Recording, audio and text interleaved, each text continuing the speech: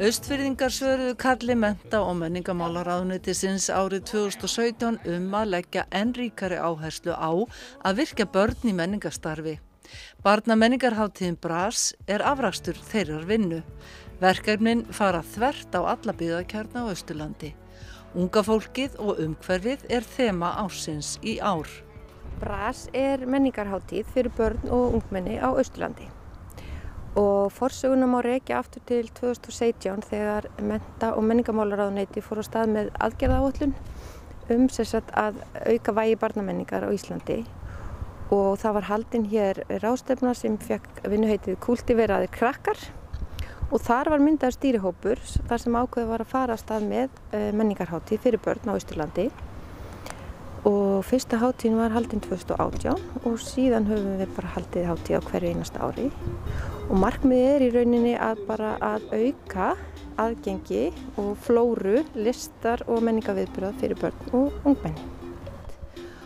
Og síðan 2019 þá var þemað tjáning án tungumáls og við leggjum mjög mikla áherslu á að verkefni séu þess eðlis að öll börn geti notið, hvort sem þau hafa íslenskan eða erlendan bakgrunn, skiptir ekki máli aldur eða kyn og við reynum að hafa verkefni þannig að þau fari þvert á alla byggðakjarna þannig að öll börn á Austurlandi geti notið.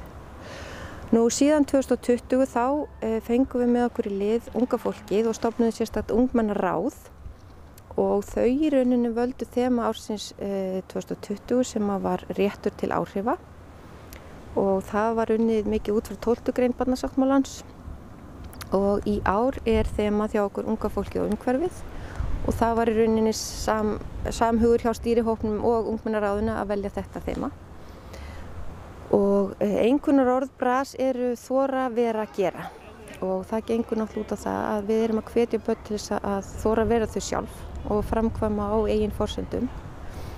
Og rannsóknir hafa sýnt að börn sem alast upp við góða listkennslu og börn sem taka þátt í list- og menningarviðburðum að þau öruggari, þau hætta síður í skóla og bara svona sjálfsöruggari. Þannig að við viljum leggja okkar mörkum til þess að styðja börn á Austurlandi.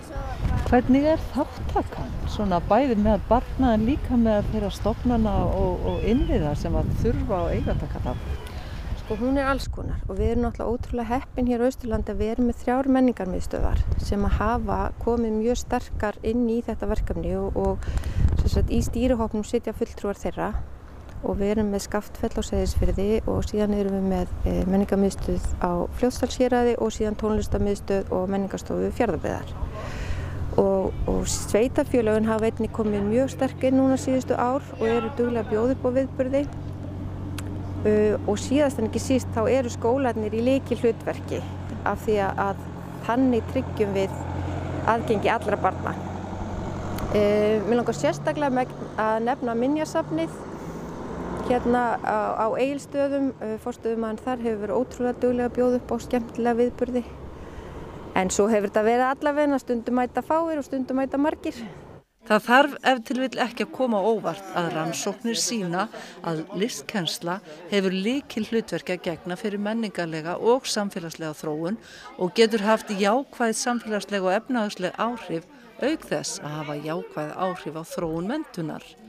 BRAS hefur tengst verkefninu List fyrir alla með góðum árangri að mati Halldóru Drafnar. 2019 þá vorum við með viðburð sem við kölluðum Hápunktinn.